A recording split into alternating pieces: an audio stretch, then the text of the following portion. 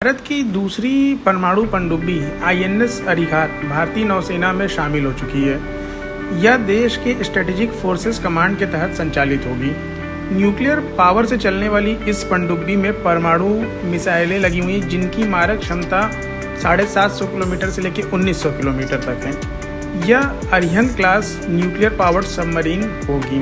भारतीय नौसेना को स्वदेशी परमाणु पनडुब्बी आईएनएस अरिहंत मिल चुकी है और इसमें कई नए अपग्रेड किए गए हैं। यह भारतीय नौसेना की दूसरी परमाणु ईंधन से चलने वाली परमाणु बैलिस्टिक मिसाइलों से लैस सबमरीन है, जो कि SSBN क्लास की सबमरीन की श्रेणी में आती है। आईएनएस अरिहंत का वजन 6000 टन है और इसकी लंबाई तकरीबन 113 मीटर है और चौड़ाई 11 मीटर है। यह पानी के भीतर 980 से 1400 फीट की गहराई तक जा सकती है। देश के रक्षा मंत्री राजनाथ सिंह ने गुरुवार को विशाखापट्टनम से पूर्वी नौसेना कमान बेस पर बैलिस्टिक मिसाइल परमाणु पनडुब्बी आईएनएस अरिहंत को नौसेना को सौंपा।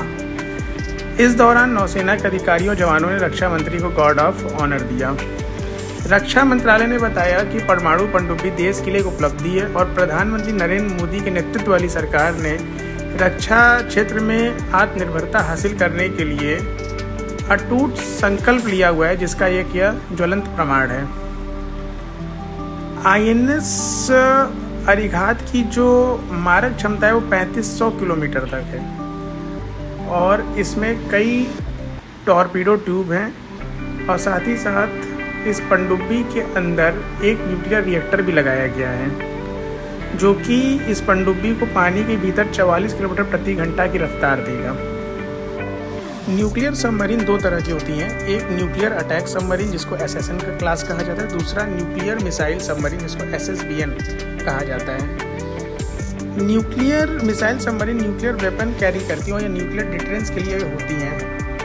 भारत आज उन चुनिंदा 6 देशों में शामिल हो चुका है। वैसे तो आईएनएस अरिहंत को जब भारत के नौसेना में शामिल किया गया तभी वो चुनिंदा 6 देशों के क्लब में शामिल हो चुका था जिनके पास न्यूक्लियर सबमरीन अवेलेबल है। लेकिन भारत को अभी भी इस पे काफ़ी काम करने की आवश्यकता है, क्योंकि चीन के पास अभी के डेट में 6 न्यूक्लियर सबमरीन हैं और भारत के पास अभी सिर्फ 2।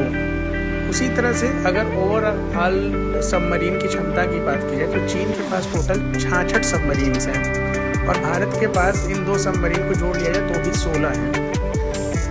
तो चीन के पास हमसे 3 गुना ज़्यादा सबमरीन है। इसके अलावा इंडियन नेवी के पास अभी तक एक भी न्यूक्लियर अटैक सबमरीन नहीं, जिसको SSN कहा जाता है।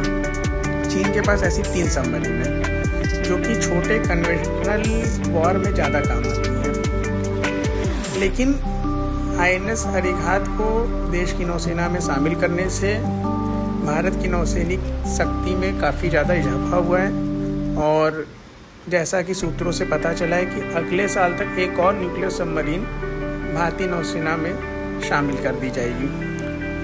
तो ये कहीं ना कहीं भारत को पाकिस्तान के ऊपर तो काफ़ी एज देता है, लेकिन चीन के खिलाफ भी एक मजबूत दावेदार के तौर पे पेश करता है। जिस प्रकार से चीन हिंद महासागर और दक्षिणी चीन सागर में अपनी गतिविधियों को बढ़ा रहा है और वो वहाँ के सारे संसाधनों पे कब्जा करना चाह रहे हैं, उस लिहाज से ये भारत की दूसरी न्यूक्लियर पावर सबमरीन इस दिशा में चीन के कदम को रोकने के लिए एक छोटा लेकिन महत्वपूर्ण और ठोस कदम साबित हो सकता है। धन्यवाद।